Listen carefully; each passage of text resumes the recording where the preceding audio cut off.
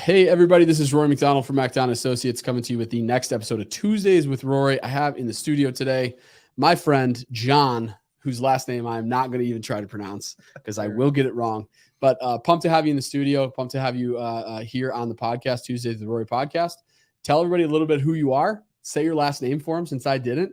And tell us a little about what you're all about. Excited to be here. I always say it's Weirauch. I say it rhymes with eyebrow. That's about the only way to get it across. Okay. Yeah, all right. I'll remember that. Yeah, there you go. Weirauch rhymes with eyebrow. Yeah, I'm Jon Weirauch. I'm doing consulting work.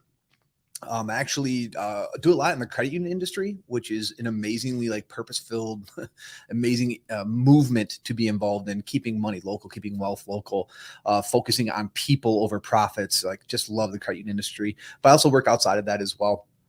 I have my own business, JD Weirauch Coaching and Consulting, really creative name I came up with there. But also more specifically, that was my kind of tiptoe into this world. I've been working very closely with two organizations. One is Rick Olson Seminars. We're doing a bunch of work together, and I hope to eventually continue to be more involved with Rick and his team.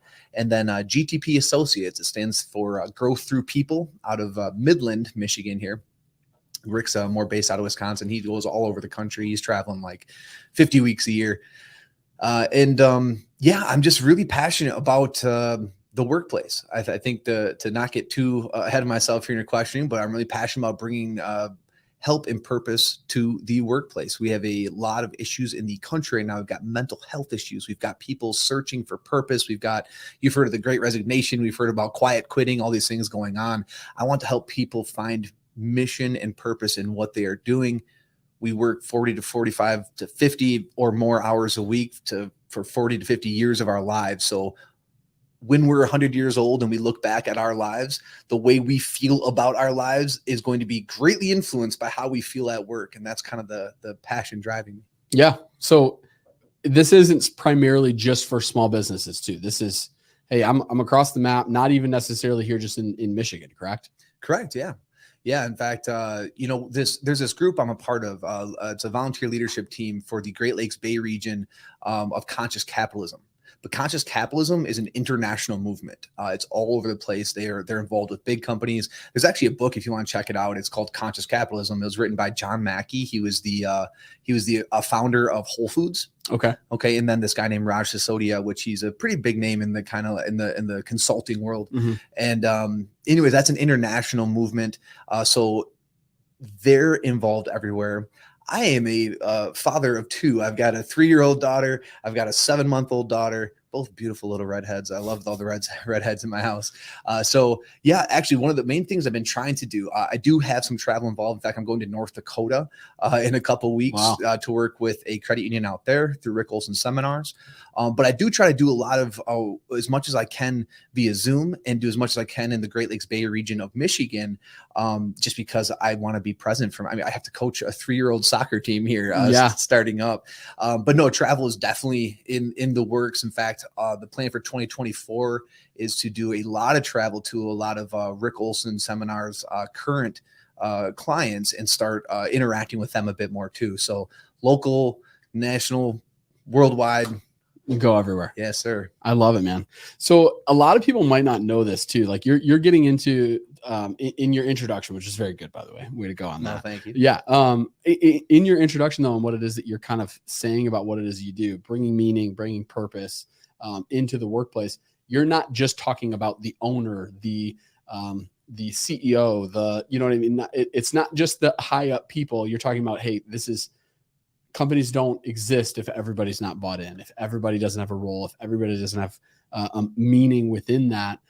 Can you go into that a little bit too? Like, what does this look like? You know what I mean? Like, what people say consulting in 50 different ways, it seems like today, like coaching and consulting. It's everybody's getting into it, but what does that mean? When it comes to consulting and helping these local businesses or these larger businesses, what does that look like? Like on a practical level, what can I expect having come to one of your seminars, having sat down with you, having learned from you? What can I expect from that? I love that question. Thank you. Because I think a lot of time is wasted in the C-suite. with the CEOs and the CFOs and everything like that. Don't get me wrong. It's important for them to continue their education as well. And that's part of what we do. But no, the rest of the organization is far more important in my mind. One of my favorite things to work on is with emerging leaders, both those fresh into a new supervisory role or even those that are interested in being there. So here's a good model for you. This credit union that we've been working with, we call it like a full service. Okay. So Rick is a baby boomer. You know, he's an older gentleman.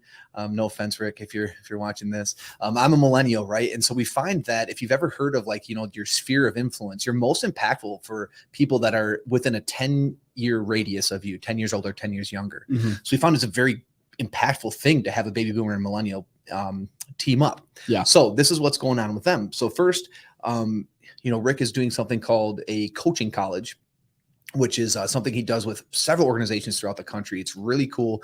You basically surround everybody around a book or a theme and get all the people, every single person in the company that has someone reporting to them, aligned in some sort of mission, in some sort of language. Yeah. In fact, in this case, we go to this credit union and go to this business every quarter, once a quarter. Yeah. So Rick is doing coaching college with all the supervisors and doing executive coaching to the C-suite and the executive team.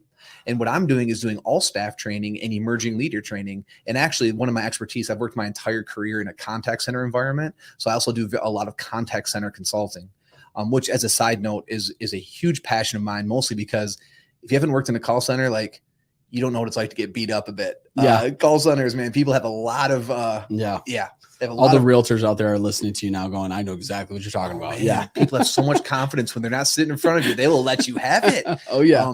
And especially, you know, not to get too far off on contact centers, but I just want to say, like, you're in this world, especially when you're in the financial industry, where you as an individual working in the contact center, you've got all of these stresses. I mean, the world is pretty crazy right now. I mean, our country is, some might say, broken in a lot of ways. There's a big divide. There's lots of stress, at least since COVID, if not before, you know, a big political divide going on, not to mention inflation and, you know, this looming recession they've been talking about for how many years now.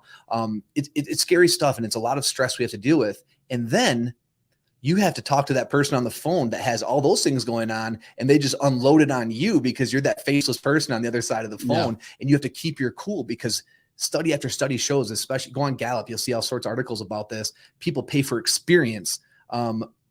Even they'll pay more for a better experience, even if it's like a lesser product. People are all about experience these days. So back to your original question, I'm doing contact center work with them. In the way we say it is this, it's like, man, training, my favorite saying, training can be expensive. Not training is really expensive. Yeah. And especially when you spend all your training dollars on the C-suite or even on the supervisors, you have half, if not more, of your organization feeling orphaned. Yeah. They're like, well, great. They're all getting development. Why am I not getting development? So that's it. It's like a full service. There's not one single person in the organization that doesn't get some sort of development throughout this once a quarter process when we go out there. Yeah. So not every organization does that full service. I think when it does, it's highly effective. But even breaking that up into tinier things, that's about the most applicable way I could explain it to you. Yeah, no, that makes sense. One of the things that I've noticed too, and this is in the real estate world, and actually this isn't just the real estate world. This is everywhere. It seems like there's a difference that people don't notice between like the disciplines of doing your job or the disciplines of running a business, for example, versus. Is that me? Is that you? I was trying to put do not disturb on, and all of a sudden I get blasted with this podcast I was listening to. It's all good. It's all good. But the difference between like discipline and motivation, right? Like that's a real thing. And there's things within the workplace, you know, doing real estate. There's things within, your everyday job, the local credit union or whatever it might be. That is I am 100% relying on discipline in this instance, not necessarily relying on motivation. And I've noticed that with going to some seminars where like, you know, the gung ho, like, hey, I'm so glad I went to the seminar. I'm ready now. I'm going to make $1 million, you know, like I'm ready to get after it. I'm super motivated, but then like the discipline never catches up with that. And one of the things that you said before we actually jumped on and started recording is these I don't know what to call them, the webinars, the classes that you guys have. Yeah. Doing like, hey, let us catch up with you. Like, let us give you some here, I don't say necessarily next steps, but scaffolding in order for you to be able to do what it is you're trying to do. Can you get into that a little bit too? Because like, this isn't just like a, hey, let's get motivated and go out and crush it. This is, hey, no, there's a sense of being motivated, but also let us give you the actual next steps, the actual building blocks for you to be able to do what you want to do and to be empowered in the workplace, to have purpose, to have meaning in the job that you have. Knowledge without implementation is nothing, right? That's kind of like explaining what you just said. Like, you can get the knowledge of how to do things and be motivated by it and be inspired by it. And then you're right. Then the actual implementation, the discipline is the way you put it. That is the biggest thing. I've come away from so many things super motivated, ready to just be a better person, right? And then it's like, then life hits you. So I prefer, now I have nothing wrong with that. In fact, I do keynotes, and I've heard several keynotes that are very inspiring and motivating. And if you can just change one person, if you can inspire them to be more disciplined, inspire them to put that knowledge into action, even just one person in a crowd of 3,000, I'm like, that's a win. That's all I care about. I'm not sitting here trying to become famous, you're like, man, that guy's a great speaker. No, I'm trying to draw greatness out of those listening. So there's nothing necessarily wrong with that. But what I've preferred and what I think has really been effective lately is more of a workshop approach. We're in the information age, right? And I'm doing leadership development, culture development, right? Teamwork development, all these types of things, or contact center consulting, all of it. You can literally Google that stuff, or now use ChatGPT, right? And like, give me 5 paragraphs on how to run an excellent contact center, or give me, what are the best characteristics of leaders? And it used to be back in the day, it's almost like, okay, if you weren't a reader, the only way you're going to get that information is if you went to some sort of seminar or webinar or saw a speaker. Yeah. Well, now we all have this information at our fingertips. And so it's almost like information overload. And it's almost like you can see it sometimes. I think with the younger generation too, it's almost like, okay, here we go. Another guy telling us about how to be better versions of ourselves. And we're just going to go back to our day-to-day lives after that. So it's almost like this model. And again, I do a bit of both, but like this model where it was like, maybe I was speaking 95% of the time, and then giving them 5 to 10% of that hour or 2 hours. Literally everything I do can be anything from like 20 minutes to an hour to like a 4-day workshop. Just depends how deep I go in, But point being is, flip that whole thing on its head and take maybe 5 minutes, take maybe 5% of the time to present some thought-provoking things. And then the approach I love is, hey, I'm going to present this topic. I want you to sit there by yourself and think about it for a second. One quote that I love, I've heard a bunch of people say it. John Maxwell's one that said it, several others, that we only actually think like 1 to 2 times a year. And people like you say that and you're like, what do you mean? I'm always up in my head. I'm always thinking. But it's like, to actually find something that bothers you, or find some sort of problem, whether it's societal or whether it's in your own life or in your own community, and to sit down and actually think through, why does this problem exist? Or why does this situation bother me? Why does this thing push my buttons? What benefit am I getting from letting it bother me and push my buttons? And actually think through what a reasonable solution is moving forward.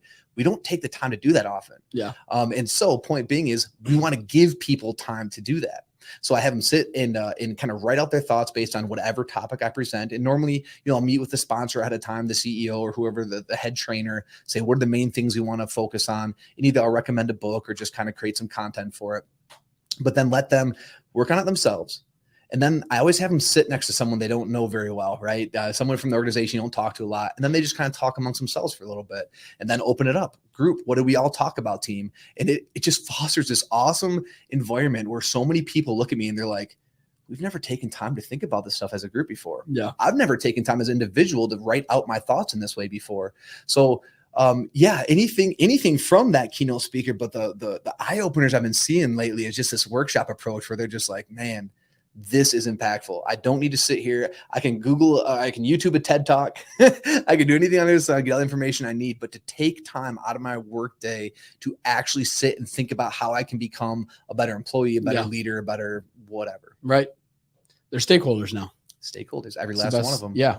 Well, and that's that conscious capitalism thing that, that I was talking about. That's one of their 4 tenets. They have 4 tenets. It's leadership, culture, stakeholder orientation, and higher purpose.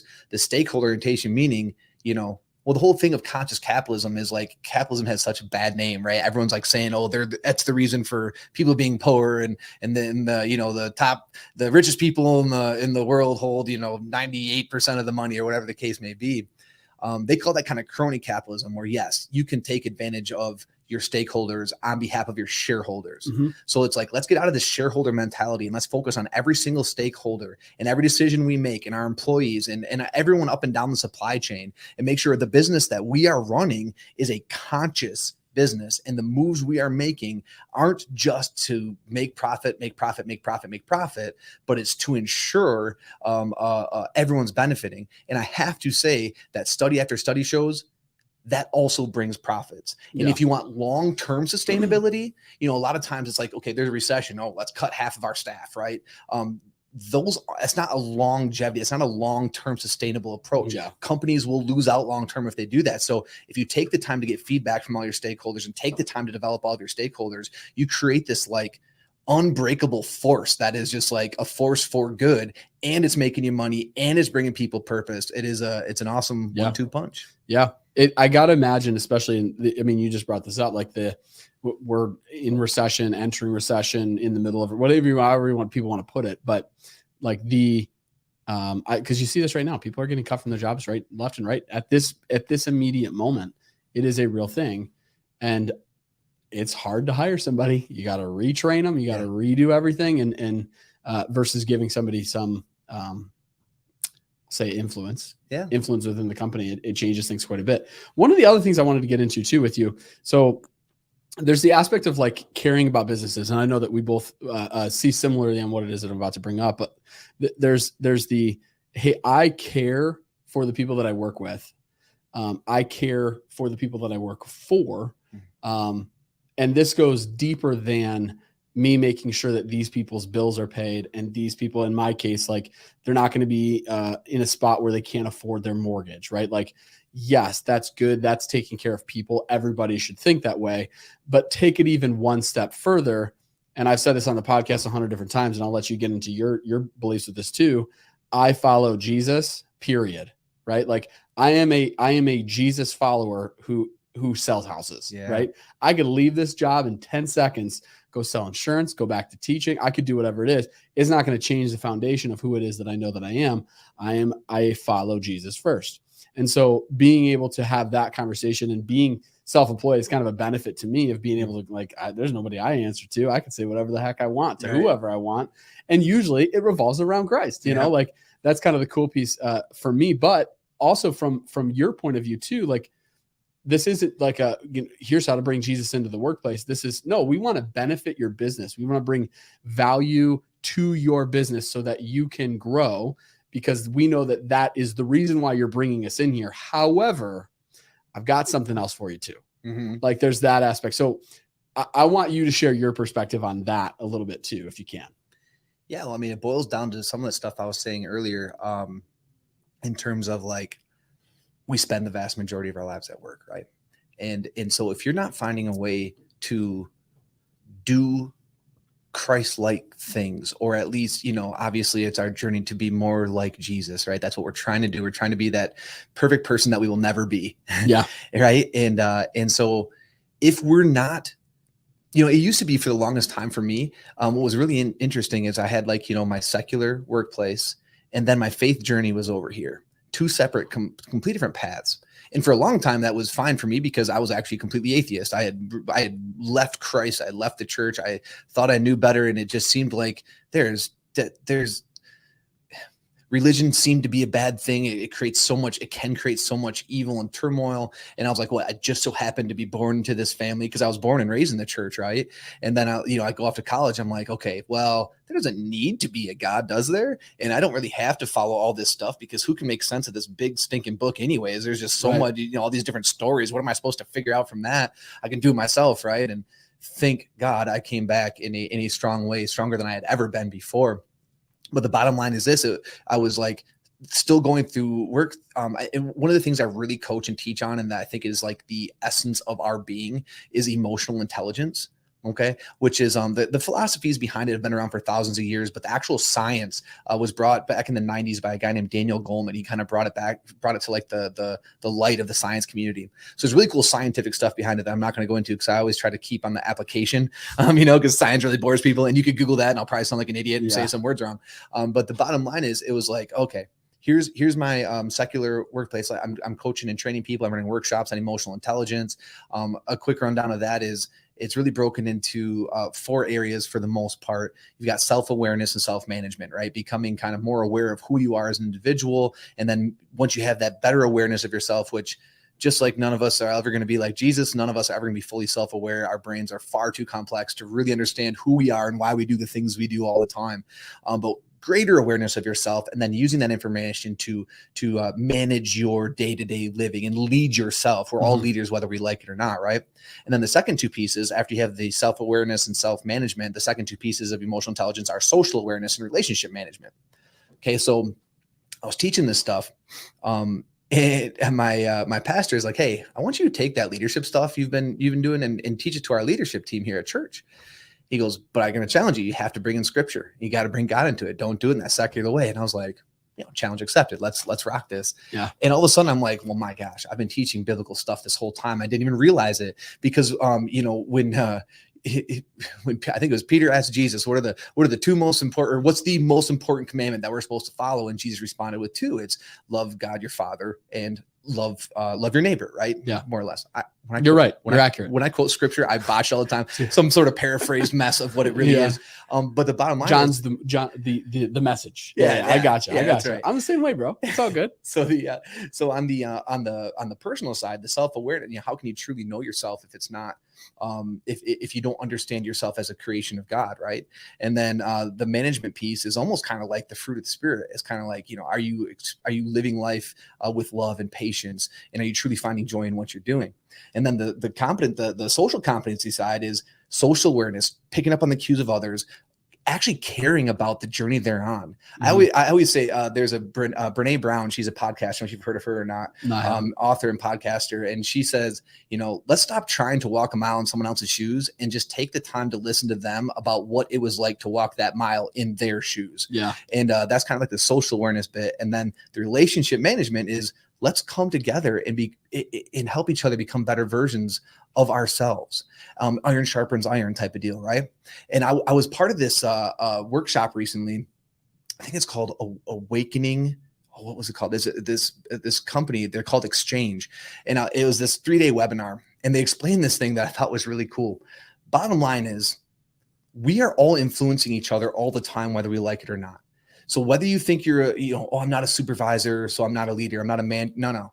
You are leading, if not yourself in your day-to-day life, you are influencing others. And leadership is influence. If you think you're a leader, but no one's following you, then you're not a leader, right? Leadership is influence. You and I right now are impacting each other one way or another. Okay. If I had walked in and I was a big jerk, you'd probably be a little bit more of a jerk to me. Right? I wouldn't give you my hat. Well, that's for sure. Yeah, I like this hat. It is so comfy. Thank you for that. But bottom line is, if you think about it, when you are influencing someone else, when you're interacting with them, right? It's stimulus response. And the way this webinar explained it is, man, that spiral could be an upward spiral and have an excellent relationship. And you could be loving your neighbor as Jesus wants us to do, as God wants us to do.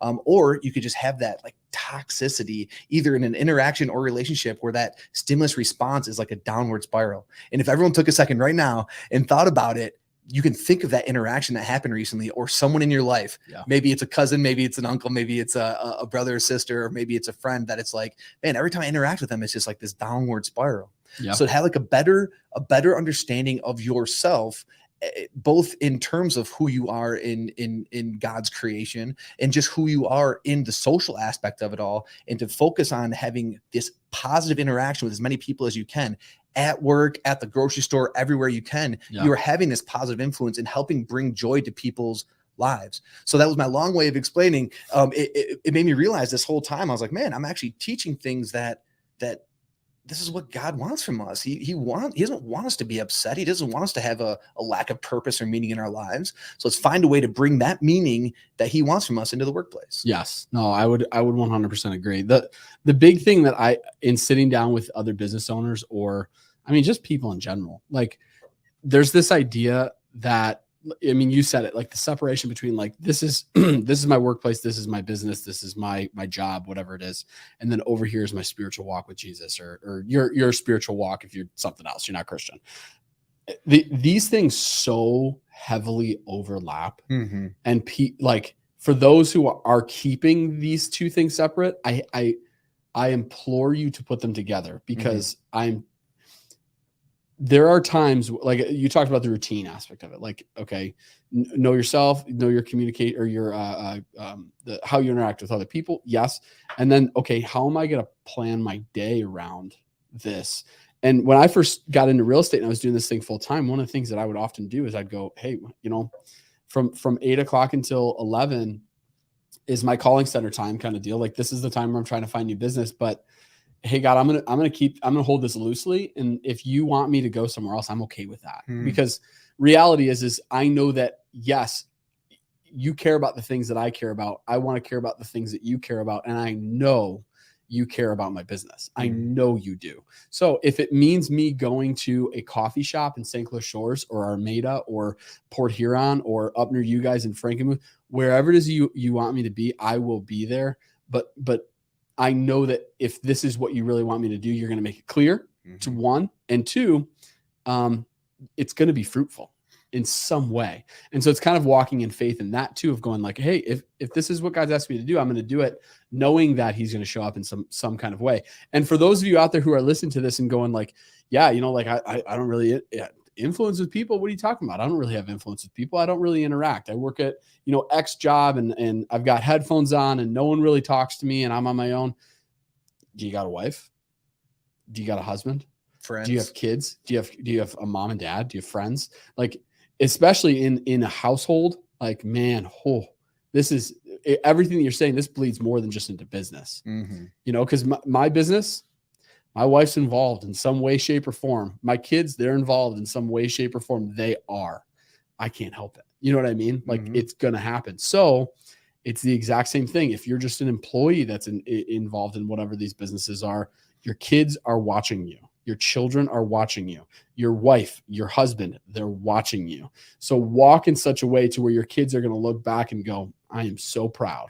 Like, that's my dad. You know what I mean? That's my mom. Like, that's one of the things that I think about all the time of like, I want my kids to look back and like, let's say I get out of real estate completely. My grandpa used to always say this: I'll do whatever it takes to provide for my family, even if that means sitting in Gratiot and shoveling excrement. I will do it. I don't care if I got to do it standing in my head.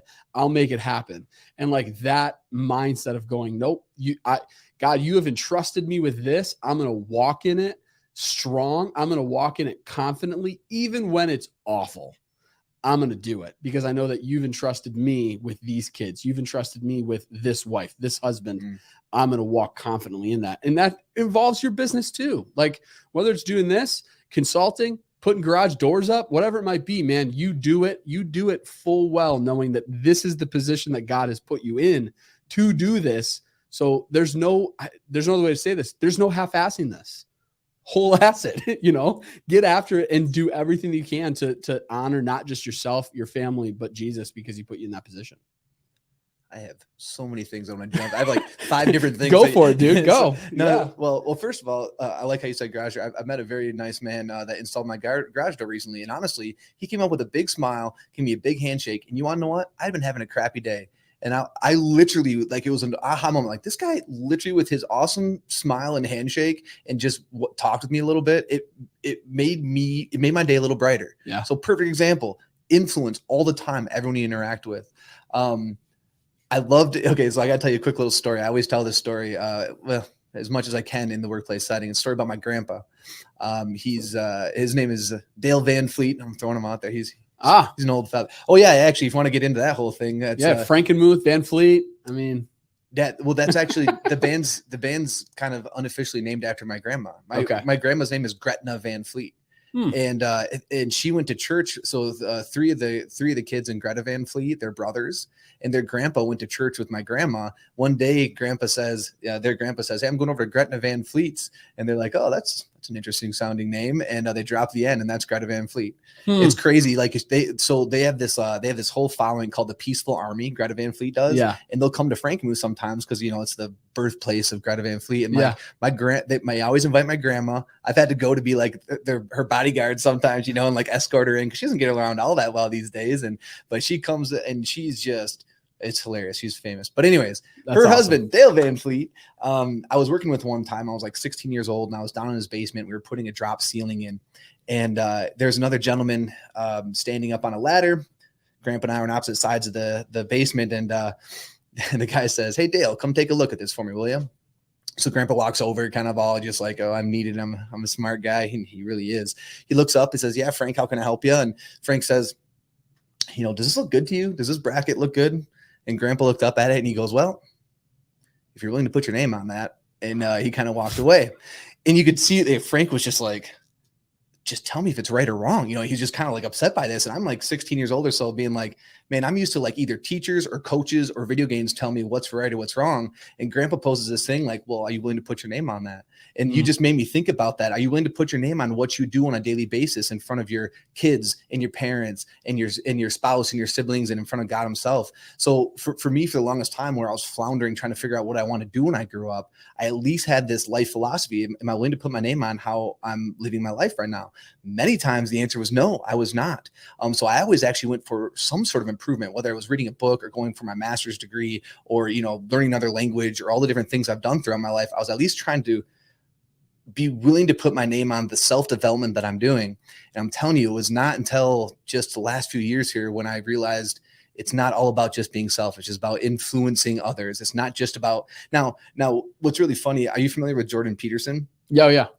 That was the podcast that just came up. He's got this series on Exodus. I don't know if you've heard his lecture series on Genesis and Exodus. Not yet. Some of the most intelligent stuff I've ever heard in my entire life. It's crazy good stuff.